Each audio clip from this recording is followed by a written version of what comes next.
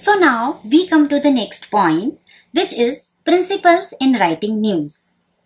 News is something that is a current event and has an impact on people in one way or other. During writing news, it flows from most important to least important, like an inverted pyramid. The inverted pyramid is a style of news writing in which the main facts are at the top of the story, followed by less significant facts towards the bottom of the body. This gives the reader the essential fact first.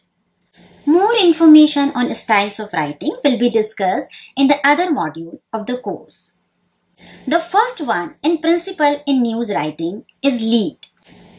The first word or sentence or paragraph of news is called lead of the story, that gives pertinent information about the entire story, as most of the readers do not have time to read. It should be 1 or 2 sentences. By reading the lead itself, the reader should get the answers for the basics: who, what, when, where of the story. Good lead, keep it short, get to the point, focus on the action and hook the reader. Here is an example that gives you a clear understanding of a good lead. Let's have a look. Former External Affairs Minister Sushma Swaraj died at the AIIMS in New Delhi late on August 6. She was 67. The senior BJP leader suffered a cardiac arrest. She was administered CPR but did not respond.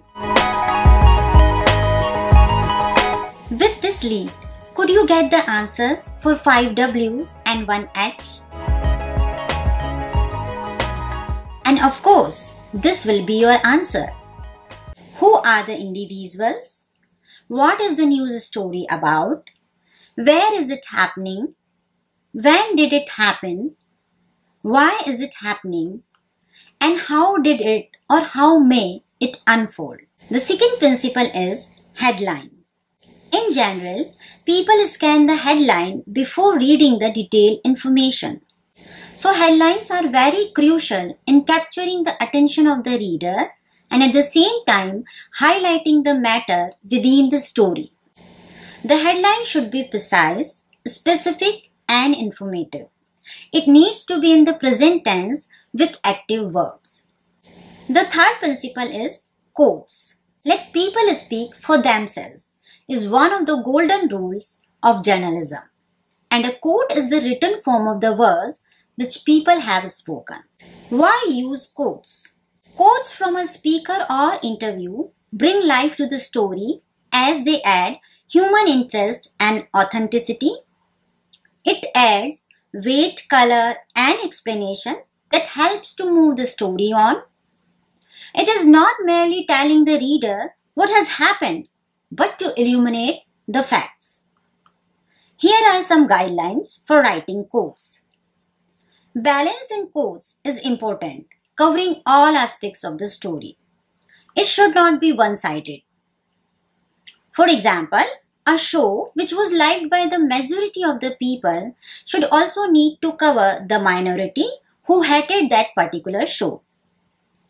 Do not quote facts, but simply state the facts. Use quote in context. The quote should be exactly what the source or the speaker says.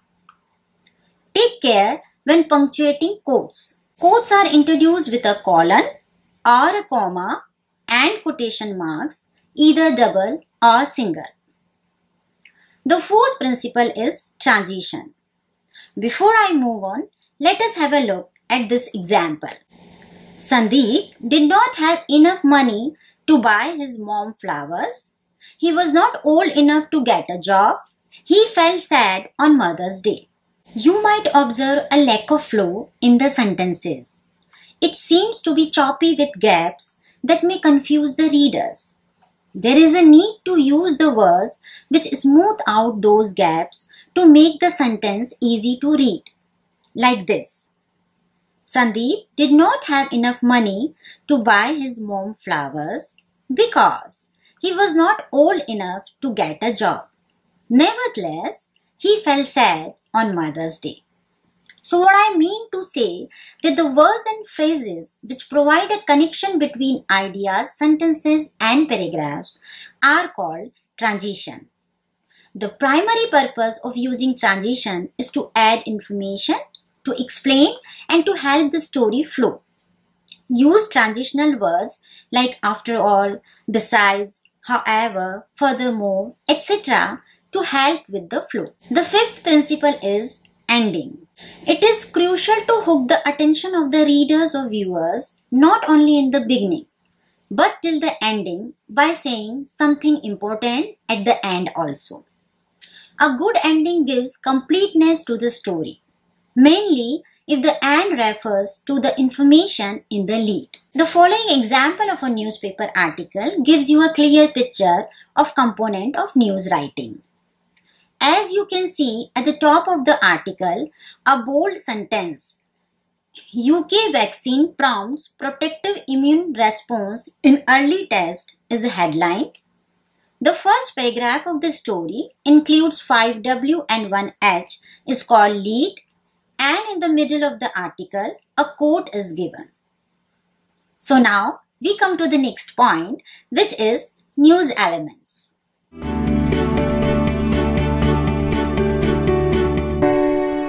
One of the things that pop up into mind of any content creator is just how to get an audience to read your story. All the hours of writing, editing and proofing can come to nothing if no one reads your text. A great way to test whether your copy is likely to get attention is to see how it measures up against the following 8 elements of news.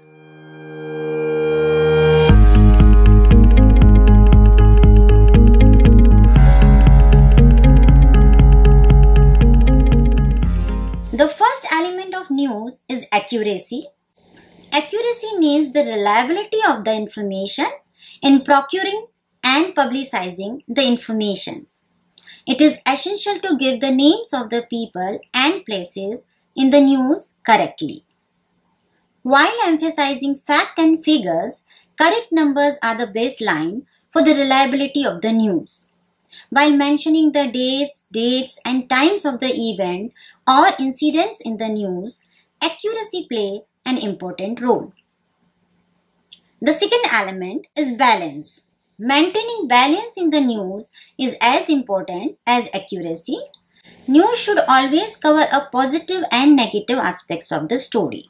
For example, when reporting an issue like special status versus package, it is very important to cover the advantage and limitation of both special status and package.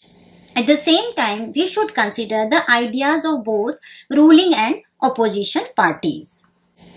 The third element is interesting. Sustaining the interest of the audience throughout the news bulletin without missing the accuracy and fact is quite a difficult task to be managed while writing and presenting news. So to evoke the right kind of response from the audience, news should always be interesting. The fourth element is factual. News should be based on an actual incident or situation that has been appeased rather than fabricated to grab the attention of the audience. In today's competitive world, there are a handful of TV channels and several newspapers are available.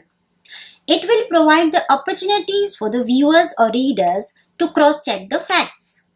Hence, to maintain the reputation of the channel or paper, it is very imperative to present factual rather than factious information. The fifth element is objectivity. Objectivity refers to practicing the basic principles of impartiality, fairness and truthfulness in handling and dissemination of news. The primary role of a news reporter is transferring the information to people. While doing this, he or she should not involve their emotions, opinion, judgment, biasness and prejudice that may interrupt the ultimate purpose of dissemination of news. The sixth element is clarity.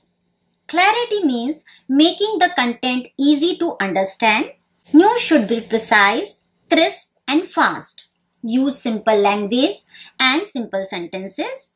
The content should be well-paced, unified, and written so clearly that the meaning of the story is alive for all without misinterpretation. The seventh is conciseness. Conciseness means brevity and completeness. In writing news, it should be brief and to the point. Brevity means providing important information economically without repetition. For instance, the letter was written by someone who had not signed his or her name. Instead of this sentence, the letter was anonymous is better. The eighth one is comprehensiveness. Comprehensiveness refers to providing in-depth information by covering all aspects by all regards. News is considered comprehensive if it answers every possible question that may arise in the minds of the readers or viewers.